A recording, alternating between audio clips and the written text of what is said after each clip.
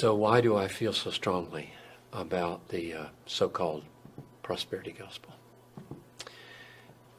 There's an easy answer, but before I give it, let me define it a little bit. It's on a continuum from the most radical to what would be called soft or light. And the most radical would be basically say, God wants you rich, and you should partner with him by faith to pursue riches. And the justification would be given, can't accomplish much in life without money. And so go for it. Or another rationale might be, you're kingdom kids, and kingdom kids don't wear tattered clothes. They dress like the king, and so on.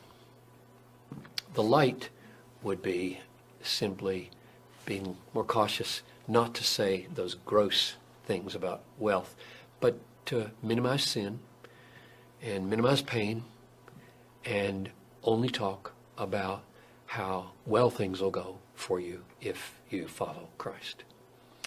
So why do I abominate this so-called gospel? I think it is another gospel.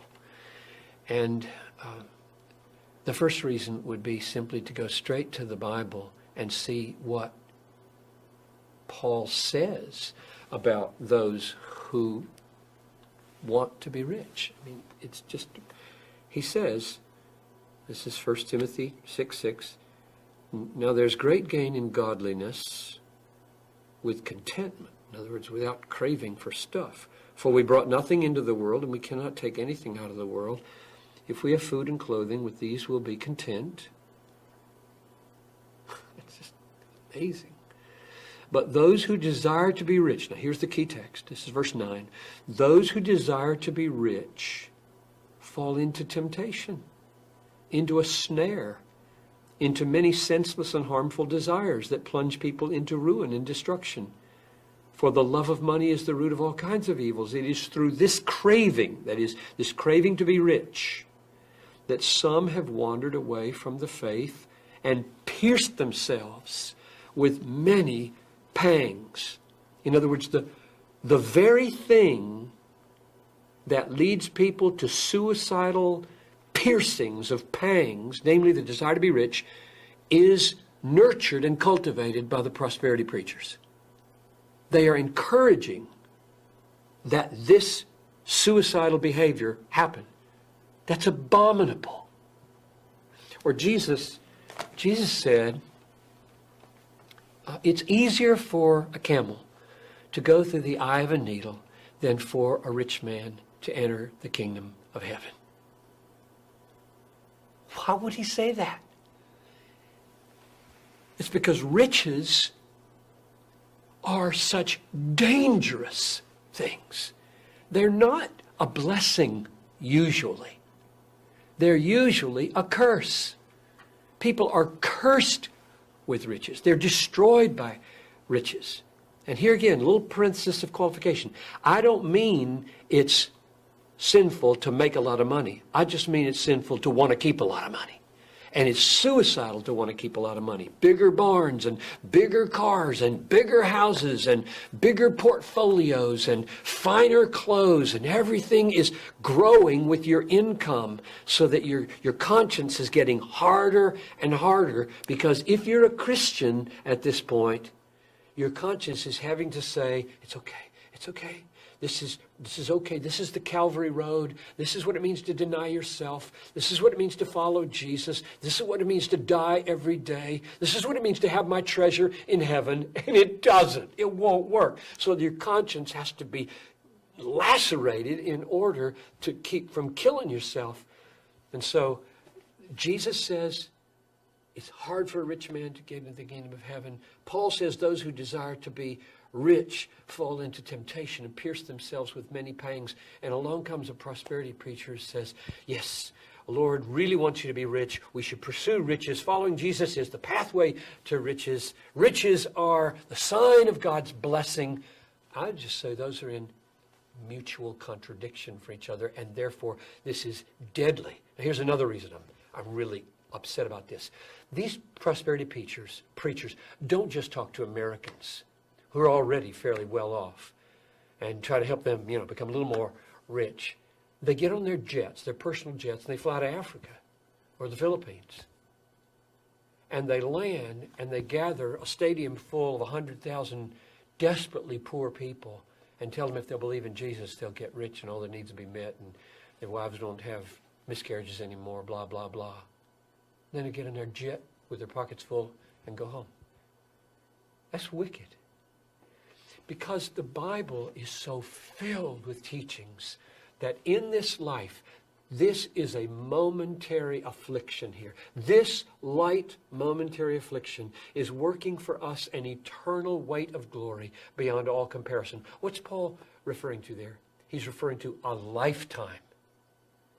Light and momentary corresponds to the weight of eternal glory in heaven. He means when you come to Christ, you come and die, and you can count on it. Through many tribulations, we must enter the kingdom of heaven. Normal Christianity is pain. Sorrowful, yet always rejoicing, is the pattern. Prosperity preachers do not prepare new converts in third world countries to endure the realities of what it will cost them to be a Christian. Here's another reason.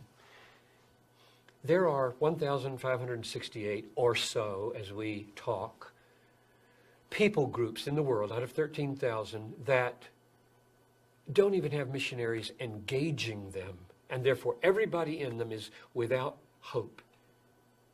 Most of those 1,500 people groups are in very dangerous places, meaning if you go there, your kids might either get disease and die, or your wife might be captured and raped, or your family might be butchered and killed. Who's going to go? We have to go. Jesus said, make disciples of every people group, not just the easy ones, not just the comfortable ones. Who's going to go? The product of prosperity preachers? I don't think so. The people that are going to go are the people that have been taught that to follow Christ is to suffer, and it's brief. It's only 80 years. And then comes heaven. I just read this morning with Noel and Talitha, first paragraphs of Revelation 21. And I saw a new heaven and a new earth. For the former heaven and the former earth had passed away, and the sea was no more.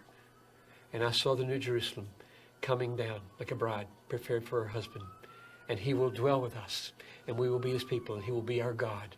And then every tear will be wiped away, and every pain will be gone. For the former things have passed away. That's coming. The essential biblical problem, maybe that's an overstatement, one of the essential biblical problems with the prosperity gospel is an over-realized eschatology. Meaning the things that are promised gloriously for us. We're all going to be rich. We're going to own the world. We're going to judge angels. Paul used that argument in 1 Corinthians 3. Don't you realize that you are going to inherit the world? The world is yours. Paulus is yours. Cephas is yours. Life is yours. Death is yours. And the conclusion he drew was, why would you boast in men?